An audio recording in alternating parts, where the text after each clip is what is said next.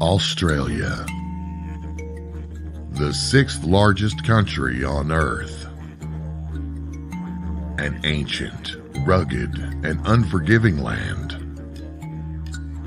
with abundant animal life, both beautiful and deadly. Found within its awe-inspiring landscapes and natural beauty exists a deep history of unexplained mysteries for anyone with the courage to investigate them. Tonight, we join Ben on a journey across this vast island continent in search of answers to events that have reshaped the lives of so many that have been exposed to Unexplained Phenomena Australia, with your host, Ben Hurl.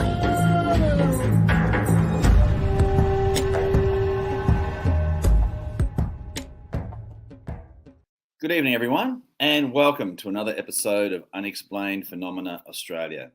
On this week's episode, I thought we'd take a look at some really interesting recordings that we did a number of years ago. In 2013, I had the opportunity to interview Ron Sullivan, who was the principal witness of the Burke's flat bending headlights case, which I have done a previous episode on. And what happened will actually be discussed during the interview with Ron, who has since passed away, so he's no longer with us. And I think it's always good to bring out an original witness's voice for people to listen to. You may or may not be actually familiar with the case, but listening to Ron just shows you how much these encounters really do affect witnesses. And he was forever affected by his encounter, his very strange encounter on the 4th of April, 1966. So the short version of that was he was driving on a country road and he looked off to the right-hand side and he saw what he thought was a tractor engaged in night ploughing. And he saw this whole light complex open up before him. And then it closed up and then it basically disappeared. And his headlights of the car started to wave and they were bent towards the object off the side of the road. So the beams of the headlights was bent towards whatever it was. And he had to put in a counter steer to avoid hitting a tree. And then on the 7th, a young man traveling through that area, completely unrelated to Ron, crashed his car at the exact same location. And that's going to be the second interview that we will be having a look at on this episode. And the interview is with Lawrie Boyle. This is a very rare and only interview that exists with him as well. And he was following Gary Taylor. He was the first person on that scene of that crash at the same location of the Burke's flat bending lights encounter. So without any further ado, we shall make a start and I will start the interview with Ron. And Ron's, at this stage I'm doing Ron, he's well in his 80s, so he's certainly getting on in life. He has a bit of a habit of repetition and things like that, but if you listen through what he says and listen to it from start to finish, you really will see how it affected him over the years and how puzzled he was.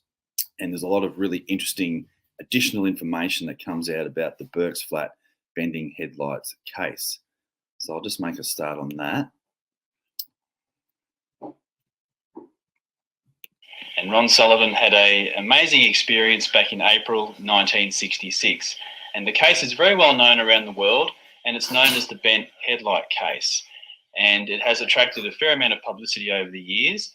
But we think for a modern audience, it's now time to retell the story in greater detail and for Ron to be able to have the chance to talk about the case again 47 years after the event. So it happened a long time ago, and it also happened at a time where there was some other significant UFO events at the time too. There was the Baldwin photo, which was taken on the 2nd of April that year, and then there was Ron's encounter on the 4th of April, and then the famous Westall school case occurred on the 6th of April. So it was a period of very intense UFO activity. So I'd like to welcome you today, Ron. Thanks for joining us. You're welcome. Thank you. Excellent. Good to see you. So Yeah. I thought today we'd just start off with just finding out a little bit about yourself. So maybe if you could just start off by letting us know where you grew up and how and sort of what you did professionally, and just a little bit about yourself personally. Well, first of all, right from the genesis, I was born on a dairy farm in King Island in 1927. I've done all my schooling at a Pearshap Lagoon school, a one-teacher school. So that was in the 1930s. So there we come over what's called the mainland before the war, and I spent time up at Leeton. My dad was working on the Water Conservation Irrigation Commission at Leeton. I've done all my schooling at Leeton Intermediate High School, and from there we went down to Maryborough, and I was there for about 25 years. And from Maryborough I left Maryborough and come up for another inland city. Yeah. So that's in. Well, Maryborough had an engineering business there. It was a structural steel building that we put up over around the countryside and that. And that was in brief. That was the main history of what I've been up to. Yeah. Now I'm 86 years old and in retirement. In retirement, yeah. Enjoying your retirement. I am, yeah. As long as the health keeps okay. That's the main thing. Now, with your business when you were in Maryborough, how many people did you have employed? Well, at the peak we had about 25 employed. Yeah, we were manufacturing overseas cargo containers then. Well, they called them flat top containers for the Union Steamship Company. Yeah. And also we were putting up prefab steel buildings around the countryside. Okay. So it was quite a big business and kept me busy at the time. Yes, that's about what happened there. And well, from there, business didn't go too good at the end. I did lose quite a lot of money at one time, through different circumstances. But otherwise, I retired, and my wife went. She had some trips overseas, and I enjoyed myself mainly with the Lions Club and the Scouts I was involved with. I still am involved with the Lions International and the Scouts organisation. Yeah. Yeah, that's really good to see. And with your job, you were obviously it did involve travelling. I've done a lot of travelling involved in the job. Yes, mainly going out to sites where I had buildings going on and engineering works being to attend to. There were problems at times, but mainly done a lot of farm buildings and commercial buildings. Swan Hill, built all the sale yard bullpens there at Swan Hill. That was one of the biggest undertaking, and the Tullaroop Shire sale yards. That was a pretty big undertaking. We've done a lot of site work on that. Yeah, and so your role was winning the contract. What was your role then? Oh, my role was mainly for managing the whole business, estimating, tendering, and expediting the building when we got the contracts. Yeah. So it was quite a big job. Quite a big job. We've done a big job with the Grain Elevators Board, putting up all the portable weighbridge cabins throughout the Wimmera and the Mallee. Yeah.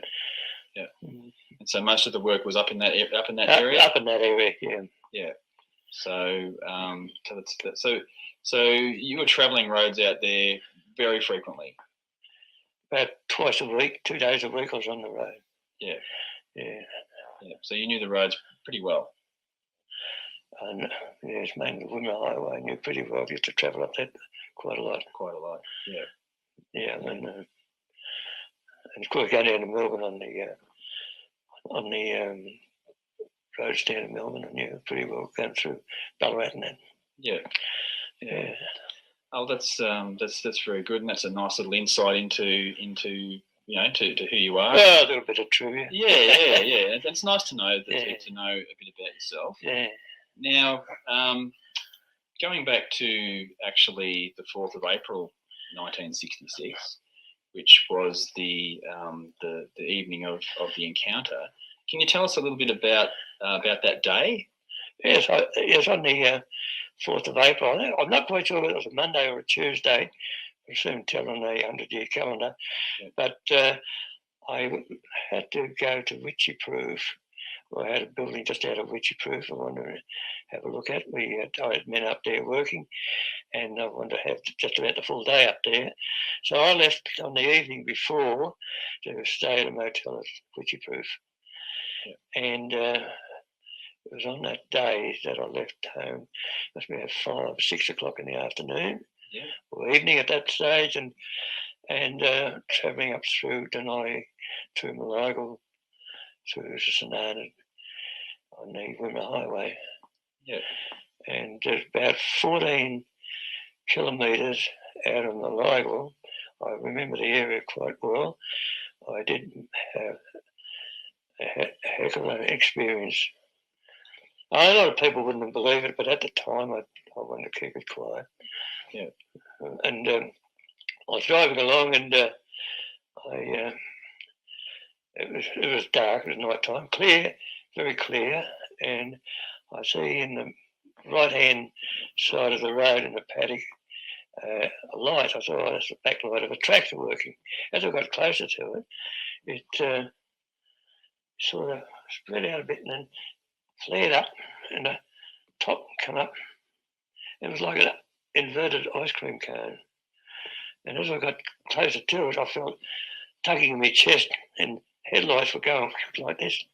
And it blew me down. I said, holy moly, what the heck's going on here? So I could see the right-hand side of the road looming up, and I tried to correct it, pull the steering wheel to the left, although I must have been going in a straight line, and I nearly sideswiped trees. On the left-hand side? The left-hand side of the road. But I slowed down quite considerably, and by the time I got my sense, I looked back, and this light was just about through the right-hand side of the door, and the bottom come up at the top, and then just straight up in the air. The bottom come up and at the top. And off it went. And I said, oh, what in the heck was that? I was crawling along about 5 miles an hour, wondering what the heck. Oh, there was a car behind me way back, but it must have turned off the road because I was waiting for it to come, but it never came. And anyway, I just went slowly on. After a bit of I got a heck of a fright, I'll tell you. And I ended up at Witchyproof, the motel there, and I talked to the guy in the reception. He said, how are you, Mr. Sullivan? I said, oh, not too bad. I said, I just nearly had an accident down the road. Nothing to worry about. Something strange happened. I didn't go into detail. I went up to the room. I couldn't sleep that night. I was just wondering, what in the heck was that? And when I got to the job site the next morning, about 8 o'clock, talking to some men. I never mentioned it to anyone except the overseer. I said, well, I had a bad night last night coming up. There's something strange happened. I don't know what it was, but it was just a strange light in the paddock. And then I could feel my body being tugged, like gravity or magnetic fields. Yeah. And anyway, so from there, I didn't say anything to anyone else. I got home that next day in the evening, about 4 o'clock, 5 o'clock in the afternoon, and I talked to my wife. I told my wife about the experience I had, and she said, that's strange. And I said, look, best thing, don't say anything to anyone because, I don't want to be ridiculed. They won't understand. People think I'm nuts. Yes. And they also confided in my eldest daughter at the time, and she knew about it. And I said, don't say anything. Anyway, the next day, that was on the 4th, the 5th, 6th, and I heard on the radio on the I'm not quite sure whether it was the 6th or the 7th, that a young boy got killed at a motor accident at Burke's flat. And I said to my wife, I said, that's strange. That's where I had that experience. And she said, well, you better tell someone about it. I said, well, I'll think on it. And anyway, I had a friend of mine in the Maryborough Advertiser. His name was Huey Hunter. So I rang Hugh up and I said to him, have you got any feedback or any news on that accident at Burke's flat? He said, not much. He said, I know it's worth reporting.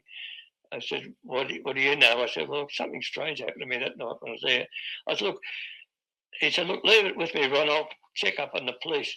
And I believe after he'd been in contact with the BL of the police, and he come back to me, he said, yes, we can come up and have a look if you like. And he said, do you know where it was? I said, a pretty good idea. I said, it'll be about 14 k's out of Malika. And so Hugh come up with me, one of my other younger daughters, 11-year-old Diane. She came up with me, and we found the crash site quite easy because the tree was all scarred and the car debris at the foot of the tree, following the car had been towed away previously. And we looked around, and I said, well, this is a spot, all right. And we looked across the road, over the fence, and I said to Hugh, let's take a walk over and see what's anything over there. So Hugh and we split up, and I hung back a bit because Diane said, oh, dead bird. I looked around and found some dead birds that fell down off the tree. Mm. So anyway, Hugh rang up, yelled out to me, I said, Ron, come over here and have a look at this. Anyway, I went over and had a look. There was an impression in the ground, about 9 to 10 feet diameter and about 6 to 8 inches deep in a fallow. And there was no footprints or marks around it at all, only where the footsteps where Hugh entered the area. And Hugh said, don't walk anywhere. I said, no. All right, so he went back and he explained, I think he went back and told the police. And we dug up the owner of the property, and he came and had a look. He said, I don't know what that is. Could have been birds mating and flapping in the ground, but very unlikely for that. And there was a few dead parrots around that fell off the tree. I thought, this is very strange, very strange. I said, no doubt there's too big a coincidence, the chap being killed here, right opposite. So made me think. Anyway, we went back and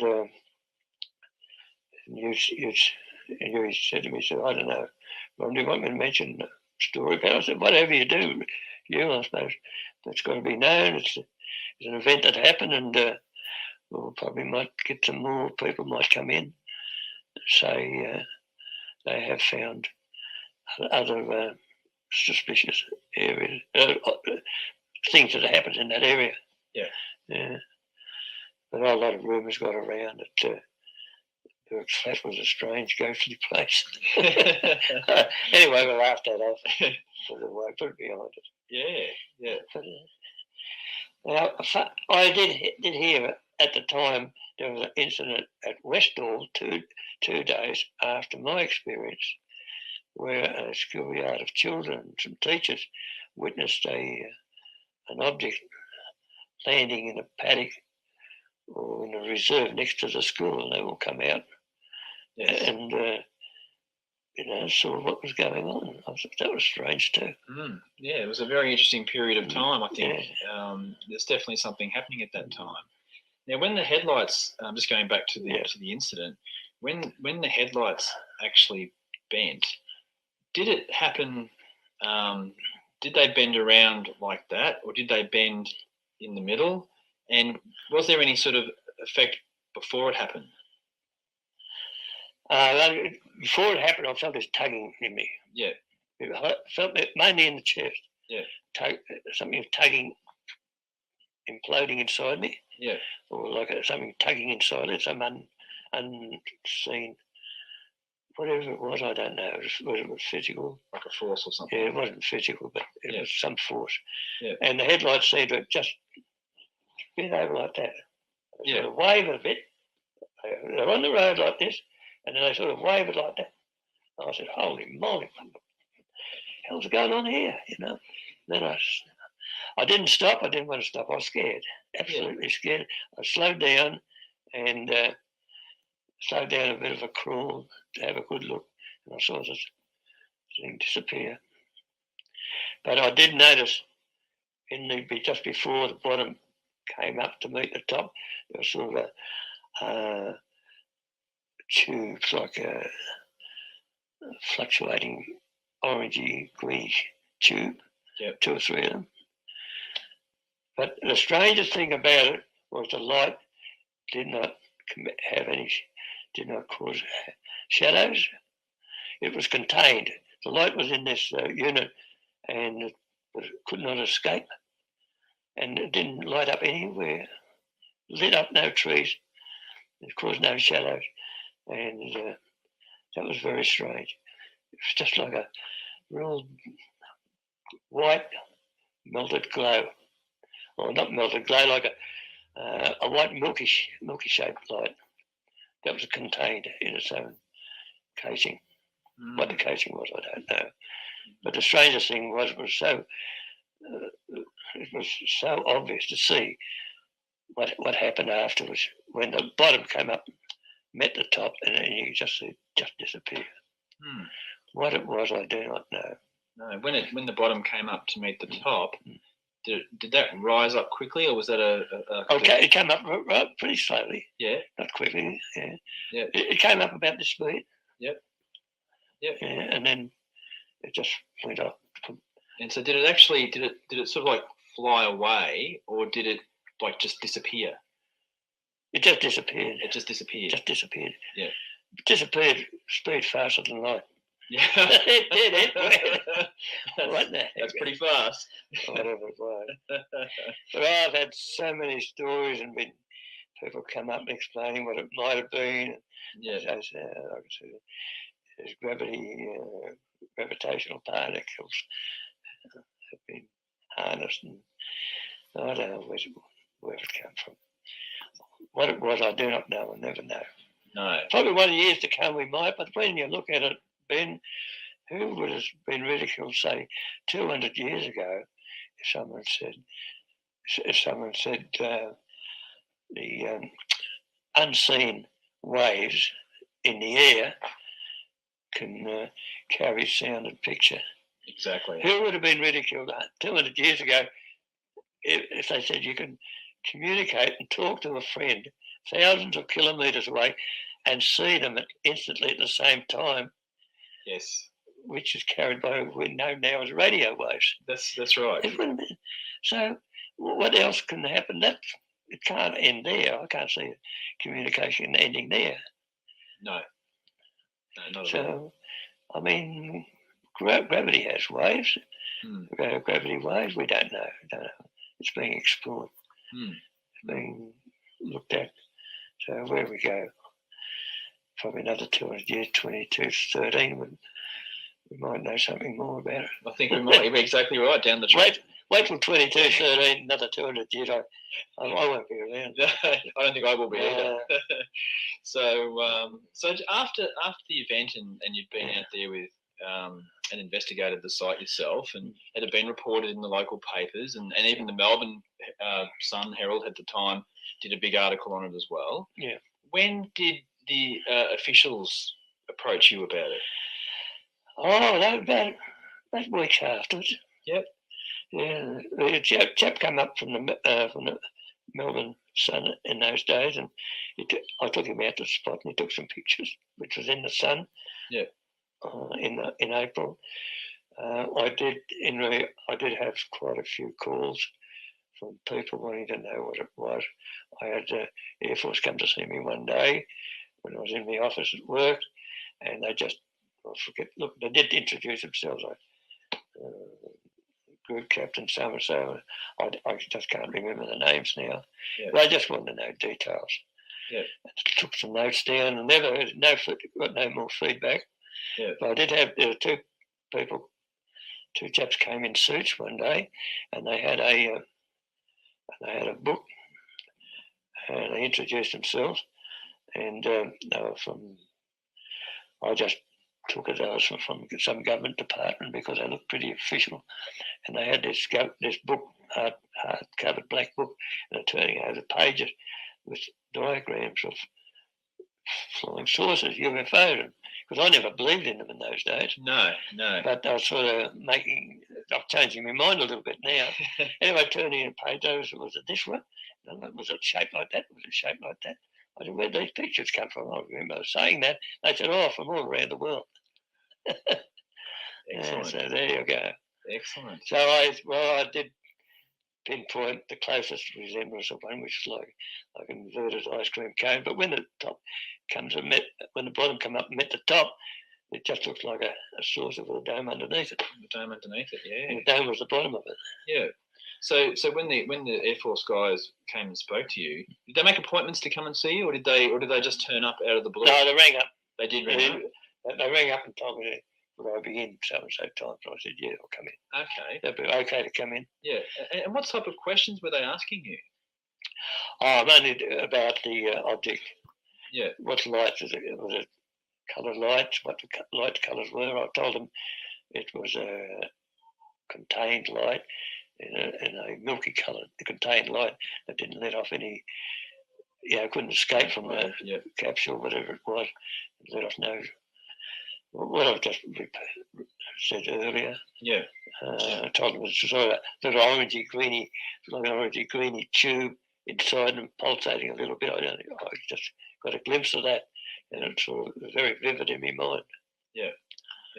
Did they sort of say that they would offer you any explanation at all, or that I asked them what they think it is. They just shook their heads. That's what I was looking for. Yeah. But the biggest disappointment was they never got any feedback. No one ever got back Not to you? from anyone. No, they give you no feedback. Well, I guess they got nothing to say. Yeah. They don't know what it is. Yeah. And over the years, so the Air Force came and saw you relatively soon after the experience. Oh, I'd be within about 4 or 5 weeks, yeah. Yeah. And then over the years, did they come back to you again? No, only at the time. Only at the time. Only at the time, yeah. My wife got a phone call about 6 or 7 years afterwards from a government department asking where my car was. Yeah. And she told me I traded it in. We haven't got it now. Yeah. And I don't know what the registration number was because she remembered the registration number, JEG677. Yeah. So where the car is now, probably been crushed or something. Yeah, there's probably an excellent chance now that could well have happened to it. But there was a chap, what's his name, Norman? Paul Norman? Paul Norman. Yeah, apparently he must have got some parts off the crash car of Gary Taylor. Yes.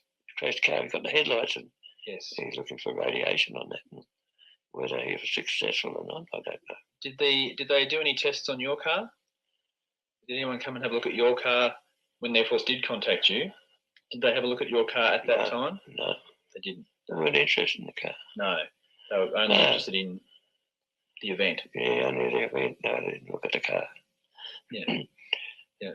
Okay. Well, that's yeah, so that's just about the end of the story. Yeah. But I'd like to know what it was. No one can help at this stage. No, it's a very unique experience. Probably it'll be all fattened out, but there's so many sightings going on around the world in that time. Yes, there was. It was a very, very busy period. But over the years now, I just, wish I hadn't seen it, which it hadn't happened because it did upset my life quite a bit. Yeah. So is that from the attention that you got, or? Oh, from the attention and that, and wondering what it was. I mean, you like to see closure or anything. Yes. Yeah. Yeah. There's no closure on this. You don't know what it was, and it was definitely there. It was definitely something. I wasn't seeing things. Nothing wrong with my eyesight. I'm 86 years old now. I can still read and see without glasses. Yeah, that's very good. And it was obviously something that strange and unexpected too. Yeah, it was never something that you would actually expect to see. But following about 3 or 4 years after, I developed asthma. Yeah, and then I just the doctor put it down to fumes. Well, I did smoke when I was very young, about 16 or 17, only for a couple of years. But mainly in the workshop, I was welding. I had a lot of welding. And when we were building the galvanised sail yards, I was breathing in the sulphur fumes that you can see coming up from the galvanised iron. Yeah. Breathing all that in. You didn't know in those days to put fans in or what. Yeah. But that's the cause of the asthma and pulmonary problems that I have today. Yeah. Now with the event, how often do you think about it now? 47 years later. Well, as a matter of fact, there's a big gap around about 20 years. I never thought about it. Yeah. That was it happened in 1966, from about 75 to 85, 90. I didn't give it much thought. But after the last 10 years, I'm giving it more thought. And when you read more scientific items, especially when you look at reading a bit about quantum mechanics and what the Hadron Collider is Switzerland's looking for, and that you often wonder what is going on, what are they searching for? Yes. Yeah. What is actually happening out there? So. And I was interested in building that when they were building the big cyclotron at the Clayton. It used to be the Clayton Drive-In. I was very interested in that, but it's mainly for medical purpose at this stage. Yeah. But they will be using it for other scientific tests and that. But it's a Hadron Collider that they're looking for gravity particles. Yeah. Yeah. Anyway, it's well beyond me, but makes you wonder. I've just made a bit of a sketch here on the whiteboard. That's the Burke's Flat Wimmera Highway. That's the position. It's 2010 hours on the 4th of April 1966, and the conditions were very clear. I was travelling from Maryborough to Witchy-Proof. I left Maryborough about 5, 6 o'clock, or 6 o'clock in the evening, and approximately about 14 k's northwest of Malagal, I was driving along at 60 miles per hour and noticed a light in the paddock. I first took it as being the backlight of a tractor, but as I got closer to it, it sort of flared up, and then the top come up like an inverted ice cream cone. And as I approached, I was braked down from 40 to 30 miles per hour, and the headlights of my car bent towards it. And I got that big a fright. I could see all the right-hand side of the road lighting up, and then I tried to correct and went too far over the left, nearly sideswiped trees, and then I went and skidded across the road and straightened up about 5 miles per hour, and that was that's the car skid marks there. It was found by police the day afterwards. And this is described in the newspapers at the time, and the review report and the police report. So when it left the bottom came up, met the top, just sort of disappeared. It was contained in its shell or housing, whatever it was, and it was just a contained light that could not escape. But from there, when it first started, I felt this tugging in my chest. What it was, I don't know. It was a bad experience. I thought, holy moly, what in the hell's going on here? I thought it was I just couldn't believe it. Anyway,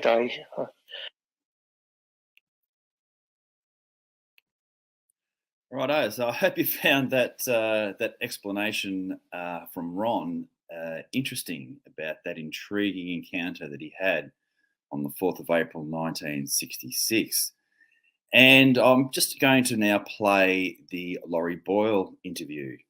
So, as I said at the start of the show, Lawrie was following Gary Taylor, who crashed at that same location on the 7th of April 1966. And Lawrie had never done any interviews before, and we went to great extent to try and track him down.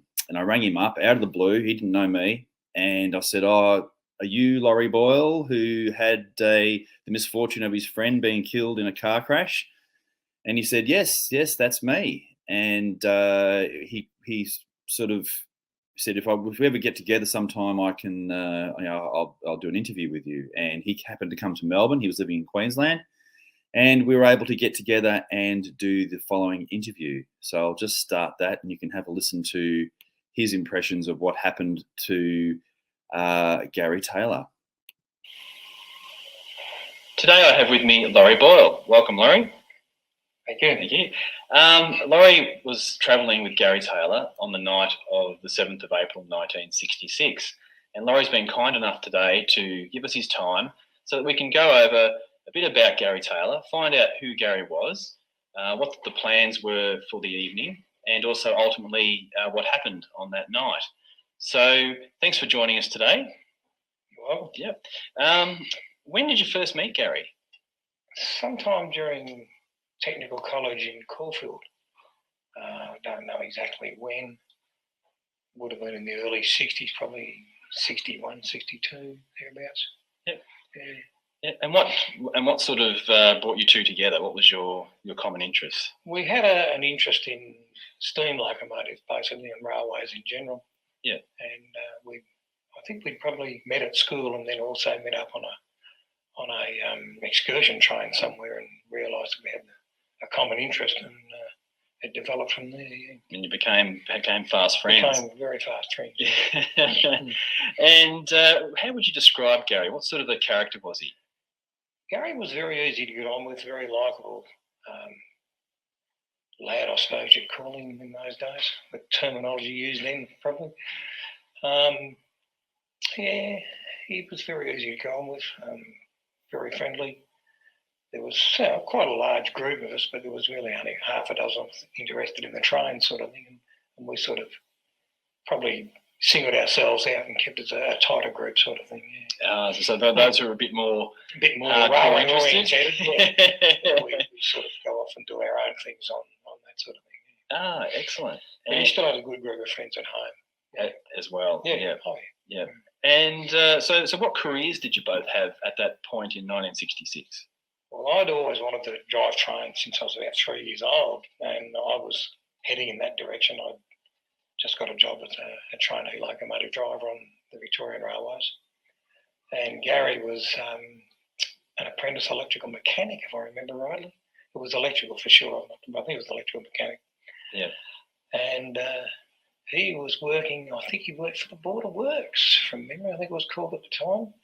I remember he was working at Westall, installing lights in the tunnels as I was building them would have been the sewerage network, I would assume.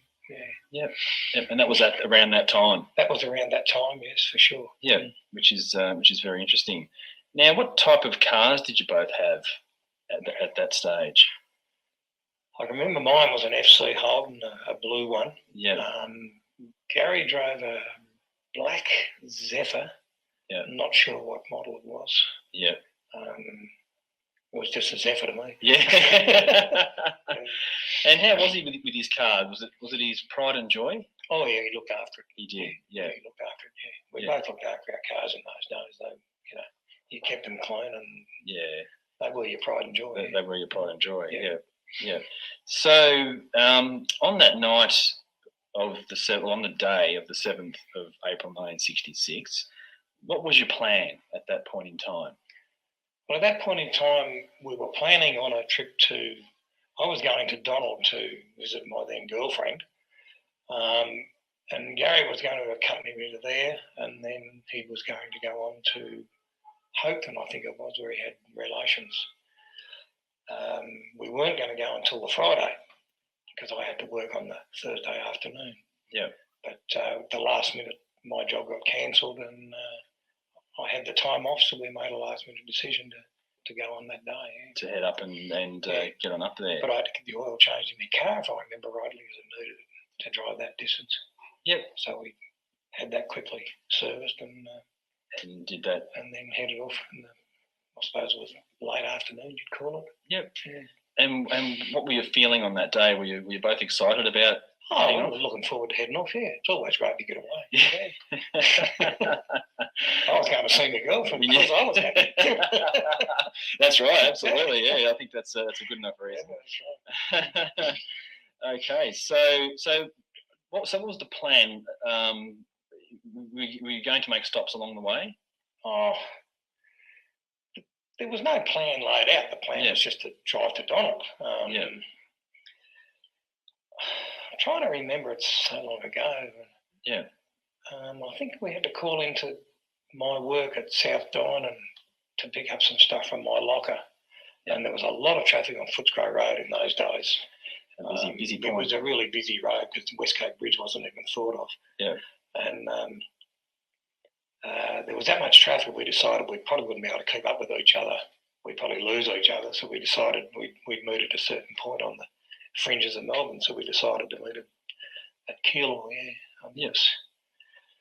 Gary said, where the Keilor Hotel is? I think it's on the right there, isn't it? Just as you're leaving town. He said, yeah, I think it is. We just waited there and met there. And at that point then... And then there's a lot of traffic then, so we were able to drive together from there on.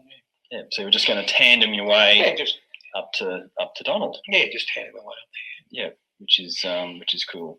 And along the way, you both stopped at some hotels along the way, and had a beer at each hotel, and you were telling us that they were just the 7-ounce sort of glass size beers at that time. Oh, that's all you drank in those days. Times have changed a lot now, of course, but in those days, a 7-ounce was a standard drink. Yeah.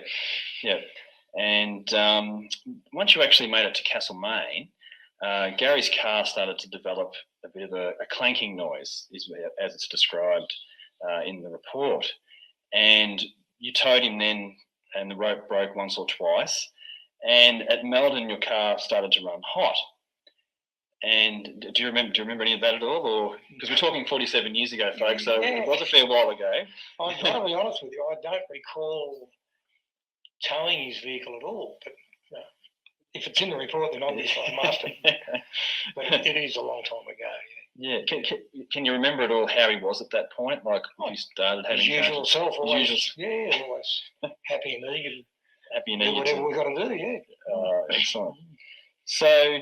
Okay, so then Gary, so basically your car was running hot, stopped at Meldon, and basically left Meldon still towing Gary.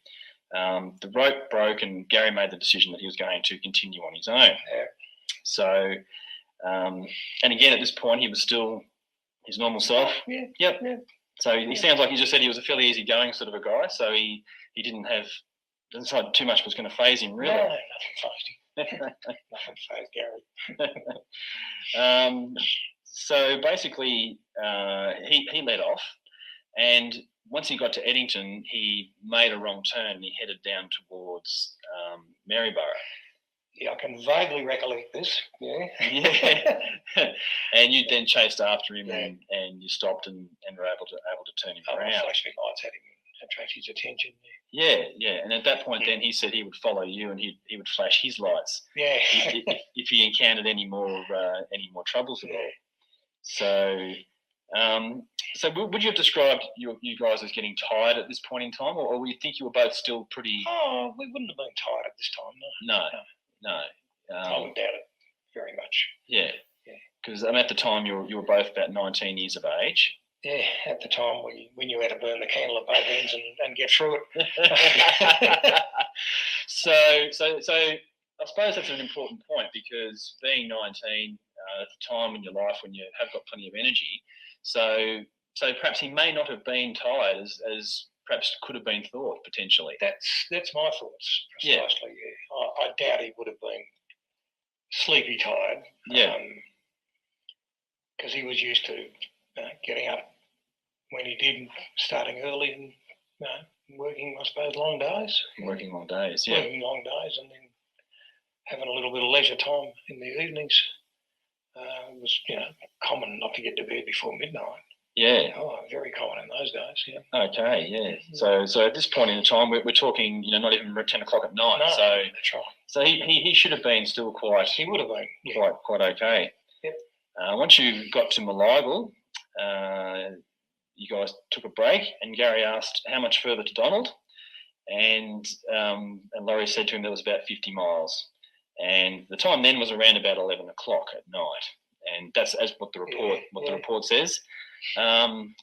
So crucially at this point, Gary then goes on ahead, and Lawrie stopped to tune your radio. If I remember rightly, there was no more road junctions to worry about where you could take a wrong turn. Yes, that's until true. we got to St Arnaud, if I remember rightly. Yeah. So he was pretty right to head in that direction. So he would have been confident at that point too. Oh yeah. Yeah. So that's fine. And then you could see his headlights when you started. So you've been tuning your radio, and then even when you took off, you could still see his headlights. Still see his tail lights. Yeah. His tail lights off in the distance. So you weren't that far apart at that point in time. No. And you were catching glimpses of him through the trees. Yeah. At this point in time, and it was also stated that you were driving about 45 to 50, but you thought you might have been going a bit quicker than that. Yeah, well, I used to drive, if I remember, I used to drive around the 55 mark because that was a more economical speed for my car. I'm not sure about Gary's though. Yeah. But that's what I used to always try and drive around that speed limit, Yeah. How much further ahead do you think he was? I would, in today's terminology, would have been no more than a couple of kilometres. Yeah. So about 2 k's or so. Because I caught glimpses of him every now and again when we come around a curve and onto a straight bit of road. Oh, he's still there. Yeah. And was there much other traffic on the road at all? Can you recall? There wasn't a lot of traffic, no. Once we got out of, well out of Melbourne, there was not much traffic around. Odd car every now and again. Yeah. Or you'd see. But pretty much just the two of you travelling along for the most part. Pretty much, yeah. Yeah, I remember passing the odd car, but not many. No. Yeah. And so they reached a point where you again slowed to adjust your radio, so maybe the reception was starting to drop out a bit. It would have been up there. Yeah. So up at that point in time, that was starting to happen. Yeah. And then you made the decision that you'd need to speed up in order to catch up to Gary. He was starting to get away from you, yeah. And you had travelled about 2 miles, and this is where it gets to the Burke's Flat area. And the Burke's Flat area is a long, straight stretch of road. And at that point, you were driving along and you noticed that there was a car body off to the side, to the left-hand side of the road. And then you saw bark off the tree. And then basically passed the scene, turned around and came back. Is there anything you can recall about that particular part of the events? No, look, really, I remember glancing out of the corner of my eye and seeing a car body against a tree, and in that flash of instant of a second, I thought, I better stop and make sure everything's okay. I don't know whose car it is or anything, I'll just have a quick look and then get on my way again. Yeah. So I stopped, turned around and drove back, and then when the headlights actually picked up Gary's body lying on the side of the road. On the side of the road. I realised straight away then what it was. Yeah. So how much time do you think passed between you tuning the radio and finding the car?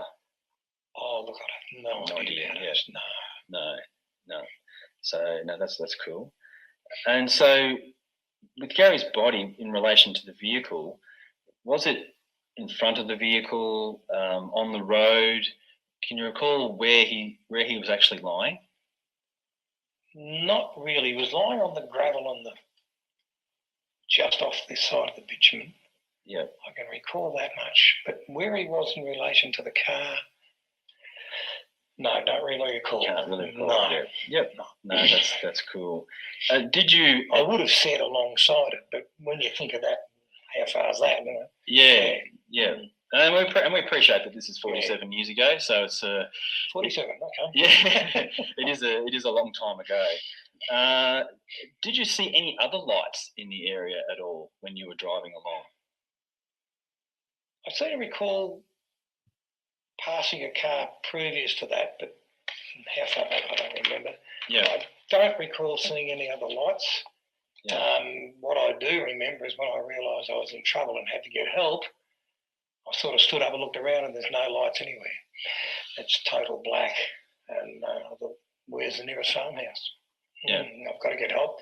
No mobile phones in those days. No. So what did you do then?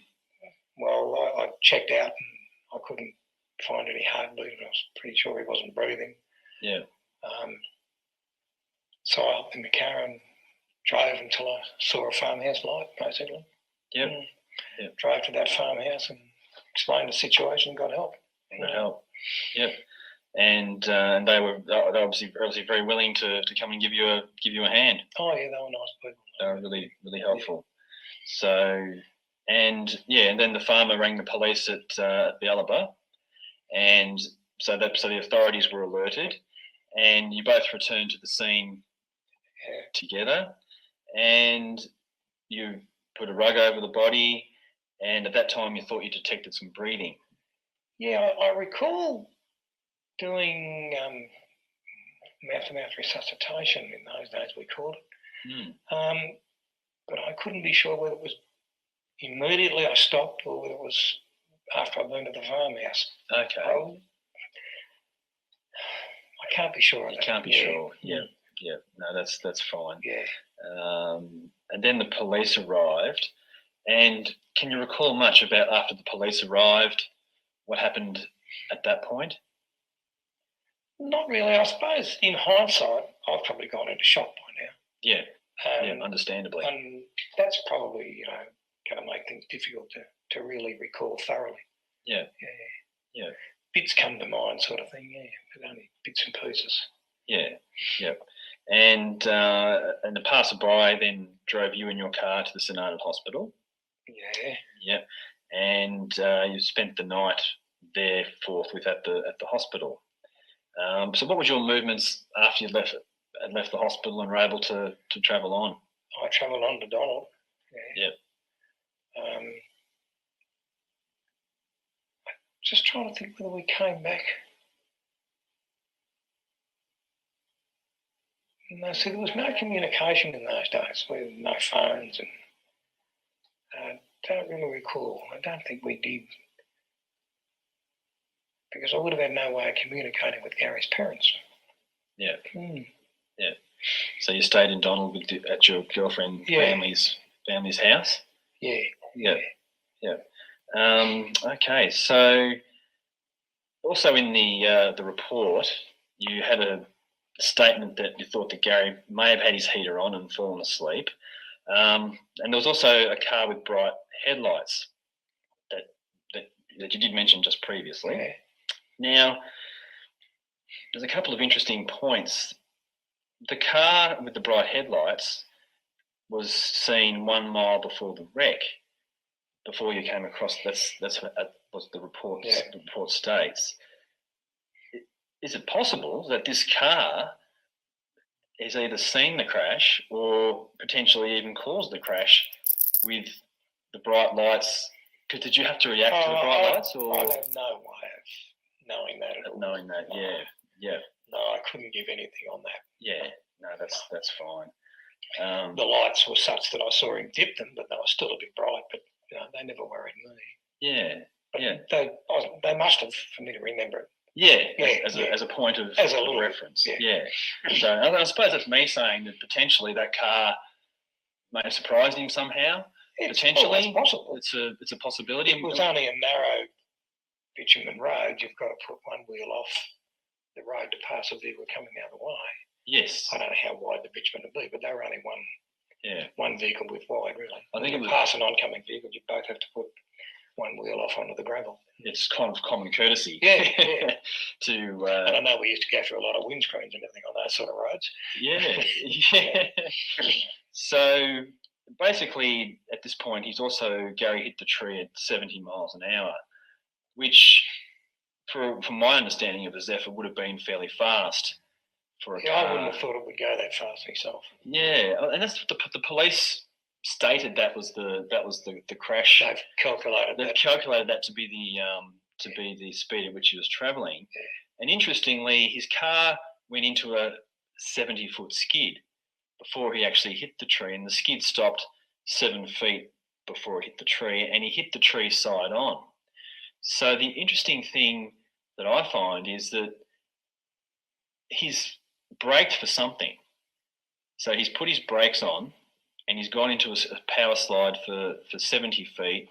So it wasn't like he drove into the tree at full tilt, hit it head on, and basically that was, and that was that. He's braked prior to hitting the tree, and any of us can only really speculate about what that may have been, and I've sort of tried to eliminate. We've discussed, whether he may have been tired. Alcohol was only 7-ounce glasses, so it wasn't like So it wasn't like he'd been really intoxicated. In fact, the police report doesn't even state alcohol as a factor. And basically, an animal on the road, potential. Always a possibility on rural roads around Australia. So kangaroos are pretty good out there. So they're pretty big. Oh yeah. So he's put the brakes on to either avoid something or in response to something. So basically, the skid suggests that there was a consciousness and a reaction from him, rather than falling asleep potentially. If he's that's my take on it. Yeah, that would be my take on it. So so it's very interesting. And look, folks, I think we're ultimately not going to know what caused him to crash, but the interesting thing is that we've been able to go over the report and have a discussion with Lawrie about what he can recall. Yeah. So there you go, folks. That's Lawrie Boyle's recollections, and he obviously, after 47 years, it was very hard for him to remember. And I just can recall that interview, trying so hard to glean that information out of him as to what happened. But ultimately, we don't know what caused that crash at Burke's flat. It really was one of those situations where it was at the exact location where Ron had his strange experience. It wasn't 100 metres up the road or anything like that. It was like the exact same location. So that intrigue still remains. Anyway, I hope you enjoyed this week's episode, hearing some first-hand witness testimony, both for the crash and for the bending headlights case at Burke's flat. And thanks for joining me. And I look forward to seeing you again next week, where we will continue to explore Australia's great paranormal mysteries. Have a great night.